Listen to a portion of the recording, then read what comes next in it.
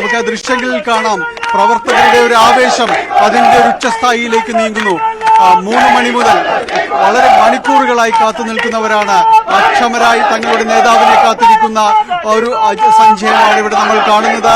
പ്രവർത്തകരുടെ വലിയൊരു കൂട്ടം. അതിനൊപ്പം തന്നെയാണ് അദ്ദേഹത്തെ കാണുന്നതിന് വേണ്ടി നഗരവാസികളടക്കം ഇവിടേക്ക് എത്തുന്നു. അങ്ങനെ ഏതാണ്ട് 50,000-ഓളം പേർ പങ്കെടുക്കുമെന്ന് പറഞ്ഞിരുന്ന ഈ റോഡ് ഷോയിൽ നിരവധിയായ ആളുകളൊക്കെ പങ്കെടുക്കുന്നു എന്ന് തന്നെയാണ്. അതിനും മുകളിലായിരിക്കും അവരുടെ ഒരു എണ്ണമെന്ന് തന്നെയാണ് മനസ്സിലാക്കാൻ സാധിക്കുന്നത്. നമ്മളുള്ളത് ഇവിടെ നിന്ന് റോഡ് ഷോ ആരംഭിക്കുന്ന ഇടത്താണ്. മഹാരാജാസ് കോളേജ് ഗ്രൗണ്ടിൽ നിന്ന് സമീപത്തു നിന്നുമാണ് റോഡ് ഷോ ആരംഭിക്കുന്നത്. ഈ ഭാഗത്ത് വലിയ രീതിയിൽ തന്നെ പോലീസിനെ വിന്യസിച്ചിട്ടുണ്ട്. ISPGയുടെ സംരക്ഷണമുണ്ട്. വലിയ നിയന്ത്രണങ്ങൾ ഇവിടെ ഏർപ്പെടുത്തിയിട്ടുണ്ട്. കാരണം ഇവിടെ വന്നാണ് അദ്ദേഹം റോഡ് ഷോയിലേക്ക് സജ്ജീകരിച്ച വാഹനത്തിലേക്ക് മാറുന്നത്.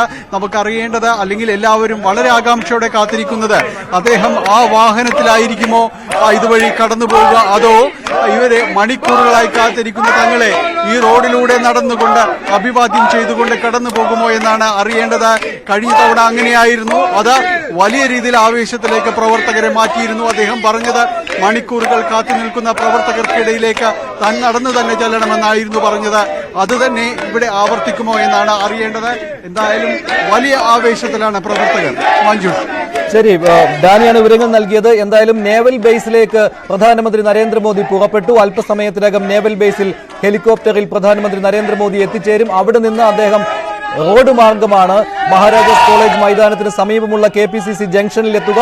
അവിടെ നിന്നാണ് ഏതാണ്ട് 1.5 കിലോമീറ്ററിൽ താഴെ ദൂരമേ ഉള്ളൂവെങ്കിലും റോഡ് ഷോ അദ്ദേഹം നടത്തുന്നത്.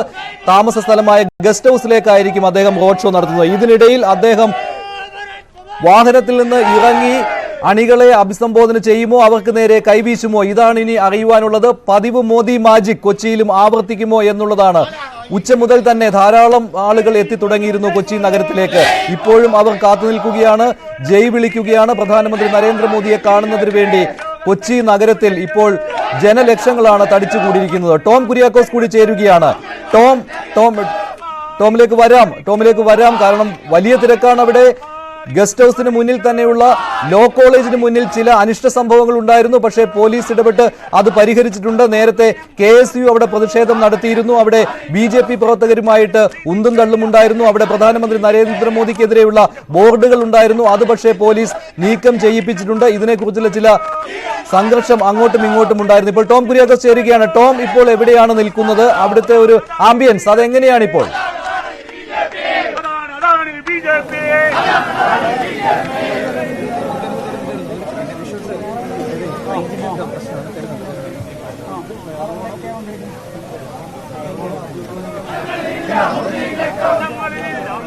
ടോം കേൾക്കാമോ? എവിടെയാണ് ടോം ഇപ്പോൾ ഉള്ളത്?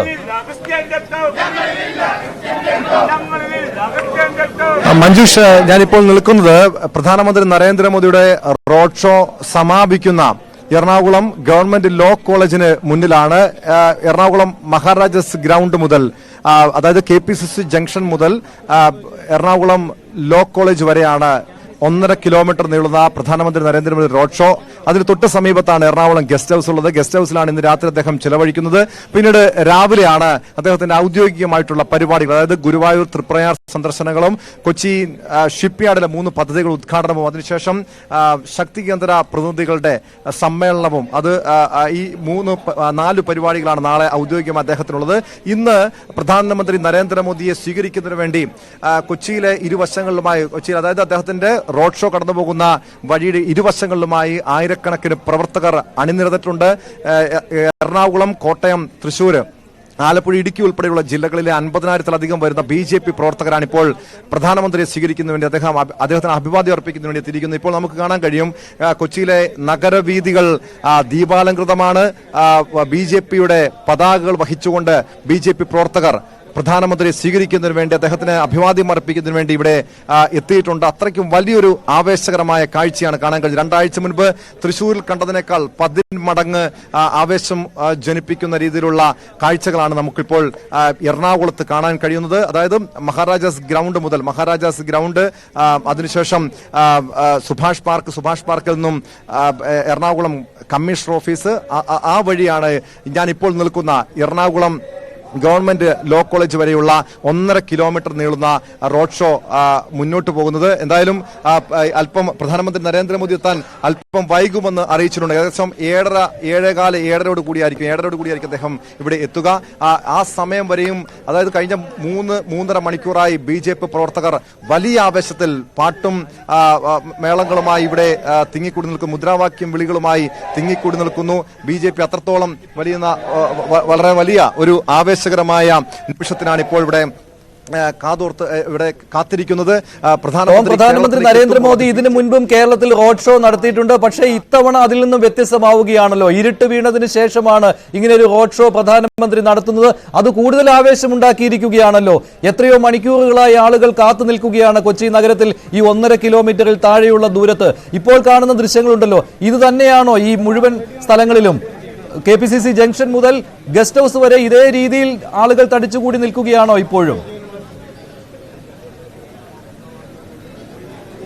തീർച്ചയായും മഞ്ജുഷ, കാരണം നമുക്കറിയാം 2 ആഴ്ച മുൻപ് തൃശ്ശൂരിൽ 1 ലക്ഷത്തോളം പ്രവർത്തകരായിരുന്നു അന്ന് റോഡ് ഷോയിൽ പ്രധാനമന്ത്രി അഭിവാദ്യം അർപ്പിക്കുന്നതിന് വേണ്ടി എത്തിയത്. പക്ഷെ അവിടെ പുരുഷന്മാർ മാത്രമാണ്. കാരണം ഒരു മഹിളാ സംഗമം പങ്കെടുക്കുന്നതിന് വേണ്ടി വനിതകളെ, മഹിളാ സംഘങ്ങളെ അഭിസംബോധന ചെയ്യുന്നതിന് വേണ്ടിയായിരുന്നു പ്രധാനമന്ത്രി അന്ന് എത്തിയതെങ്കിൽ അതുകൊണ്ട് വനിതകൾ അന്ന് ഈ റോഡ് ഷോയിൽ പ്രധാനമന്ത്രിയെ സ്വീകരിക്കാൻ വേണ്ടി എത്തിയിരുന്നില്ല. പക്ഷേ ഇന്ന് വനിതാ പ്രവർത്തകരുണ്ട്, ഏകദേശം 1000കണക്കിന് വനിതാ പ്രവർത്തകരുണ്ട് വിവിധ ജില്ലകളിലെ.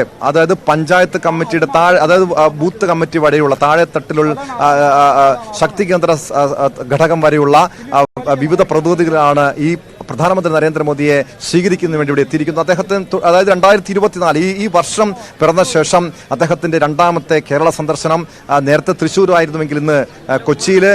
നാളെയാണ് അദ്ദേഹത്തിന്റെ മറ്റ് ഔദ്യോഗികമായ പരിപാടികൾ.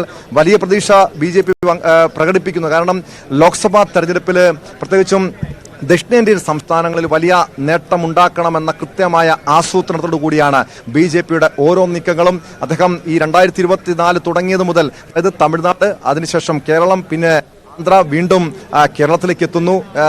കർണാടകയിൽ കഴിഞ്ഞ നമുക്കറിയാം 130 ഈ ദക്ഷിണേന്ത്യൻ സംസ്ഥാനങ്ങളിൽ 130 ലോക്സഭാ മണ്ഡലമായിരുന്നു ഉള്ളത്. 130 വെറും 29 മണ്ഡലങ്ങളിൽ മാത്രമാണ് BJPക്ക് വിജയിക്കാൻ കഴിഞ്ഞത്. അതിൽ 25 മണ്ഡലം കർണാടകയായിരുന്നു. കേരളത്തിൽ ഒരൊറ്റ സീറ്റ് പോലും BJPക്ക് നേടാൻ കഴിഞ്ഞിട്ടില്ല. കഴിഞ്ഞ ഒരൊറ്റ തെരഞ്ഞെടുപ്പിൽ പോലും, ലോക്സഭാ തെരഞ്ഞെടുപ്പിൽ BJPക്ക് ഇവിടെ നേട്ടമുണ്ടാക്കാൻ കഴിഞ്ഞിട്ടില്ല. പക്ഷെ ഇത്തവണ കർണാടകയിൽ ഒരു തിരിച്ചടി ഉണ്ടാകുമെന്ന് വിലയിരുത്തപ്പെടുന്നുണ്ട്. അതുകൊണ്ട് തന്നെയാണ് തമിഴ്നാടും ആന്ധ്രയും കേരളവും കേന്ദ്രീകരിച്ചുള്ള പ്രധാനമന്ത്രിയുടെ ഈ ഒരു പ്രചരണങ്ങൾ ഇത് BJPയുടെ ലോക്സഭാ തെരഞ്ഞെടുപ്പിലെ ഔദ്യോഗികമായ പ്രചാരണ പരിപാടികളുടെ തുടക്കമായി പോലും, കേരളത്തിലെ ഔദ്യോഗികമായ പ്രചാരണ പരിപാടികളുടെ തുടക്കമായി പോലും വിലയിരുത്തുന്നുണ്ട്. നാളെ 7000ഓളം ശക്തി കേന്ദ്ര പ്രതിനിധികളെ അദ്ദേഹം അഭിസംബോധന ചെയ്യുന്നുണ്ട്. ഒരു പരിധിവരെയും വരുന്ന തെരഞ്ഞെടുപ്പിന് മുന്നോടിയായിട്ടുള്ള പ്രചാരണ പ്രവർത്തനങ്ങൾക്ക് ഒരുങ്ങാൻ പ്രവർത്തകരോട് അദ്ദേഹം ആഹ്വാനം ചെയ്യും. മാത്രമല്ല ഏതൊക്കെ ഈ തൃശ്ശൂരിൽ അദ്ദേഹം പ്രസംഗിച്ചപ്പോൾ സംസ്ഥാന സർക്കാരിനെതിരെ രൂക്ഷമായ വിമർശനം ഉന്നയിച്ചില്ല എന്നൊരു ആക്ഷേപമുണ്ട്. അതായത് സ്വർണ്ണക്കടത്ത് പരാമർശിച്ചു പോയി.